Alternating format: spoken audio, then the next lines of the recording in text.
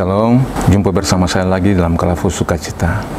Kita akan mendengarkan bagian firman Tuhan yang selalu menguatkan kita, karena hanya oleh firman Tuhan sajalah iman kita dibangkitkan dan dikuatkan selalu.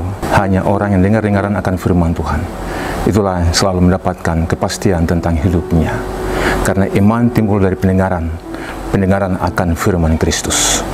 Bagian firman Tuhan yang akan kita renungkan bersama untuk hari ini terdapat di dalam Injil Lukas pasal 22 ayat yang ke-19. Mari kita berdoa. Sadar sungguh bahwa kami tidak ada apa-apanya di hadapan-Mu ya Tuhan, karena itu kami membutuhkan kuasa daripada firman-Mu. Bicaralah kepada kami melalui firman-Mu, agar kami tanggap mengerti tentang apa maksud Tuhan hari ini. Amin.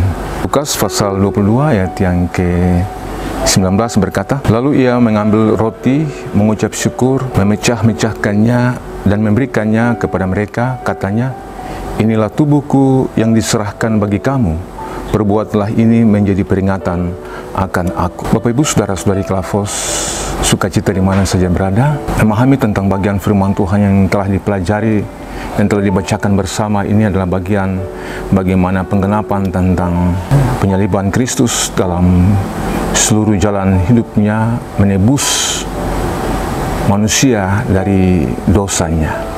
Karena itu pada bagian ini, sebelum masuk pada penyaliban itu, Yesus sendiri hendak memanggil murid-muridnya dan makan perjamuan bersama Paskah.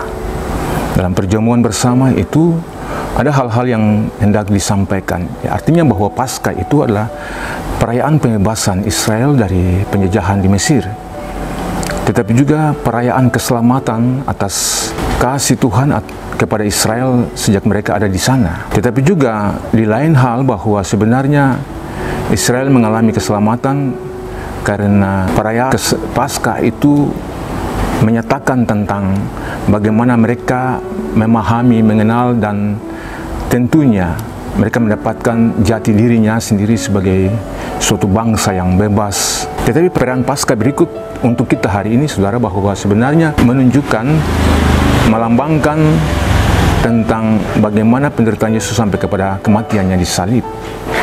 Karena itu sebenarnya perayaan Paskah, Yesus menyatakan dirinya sebagai anak domba Paskah. Ia adalah anak domba Paskah yang telah menyatakan dirinya sendiri sebagai ketentuan daripada penggenapan Allah Bapa untuk bagaimana menebus manusia.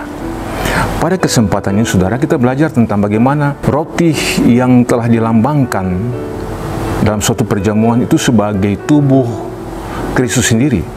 Ia menyatakan bahwa sebenarnya roti yang telah diambil itu dipecah-pecahkan, ia mengucap syukur dan memberikannya kepada murid-muridnya, serta mengatakan, inilah tubuhku yang diserahkan bagi kamu, perbuatlah ini menjadi tanda peringatan akan aku. Tubuhnya sendiri adalah tanda peringatan akan murid-muridnya, tetapi juga sebagai orang percaya, bahwa setiap kali kita menikmati tubuhnya dan darahnya, ini mengajar kita, tetapi juga menyatakan kepada kita untuk terus memberitakan tentang kematian, kebangkitan, sampai ia datang kembali.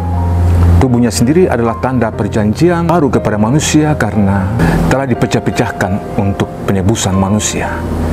Jadi Bapak Ibu Saudara-saudari kekasih Kristus, sahabat Kalafus di mana saja berada, bahwa sebenarnya merujuk daripada tubuh Kristus yang telah dipecah-pecahkan untuk segala pengampunan dosa-dosa manusia itu, dalam arti yang sesungguhnya, bahwa sebenarnya ia dalam cinta kasihnya yang kudus, ia mau menyatakan bahwa kasihnya yang ajaib, kasihnya yang sempurna, itu telah ia nyatakan di dalam dirinya sendiri, supaya manusia memahami bahwa sebenarnya ia berdaulat, ia berkuasa atas segala sesuatu. Jadi saudara, sebenarnya kasih Allah itu bukan karena manusia itu sudah berdosa baru Allah menyatakan dirinya dalam kasihnya kepada Yesus. Tidak. Manusia mau berdosa atau tidakkah, kasih Allah tetap kasih Allah, karena kasih itu adalah hakikat Allah itu sendiri. Kasih itu adalah diri Allah itu sendiri. Artinya bahwa Allah berkuasa atas segala sesuatu, berdaulat untuk menyatakan dirinya, karena Dia adalah kasih itu sendiri. Jadi merujuk kepada roti Paskah yang dilambangkan itu sebenarnya tubuh Kristus sendiri yang telah menyatakan dirinya dipecah-pecahkan karena kasih. Artinya bahwa sampai kapanpun Allah tidak pernah merubah kasih-Nya.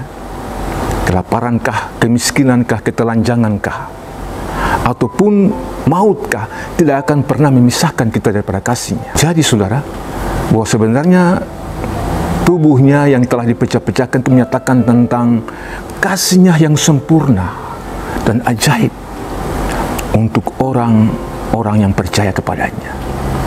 Kita yang berbahagia, yang telah memahami bagian ini, sesungguhnya kitalah orang-orang kepercayaan Tuhan untuk menyatakan tentang kasih itu sampai Ia datang kembali, dalam kematian dan kebangkitannya sampai Ia datang kembali.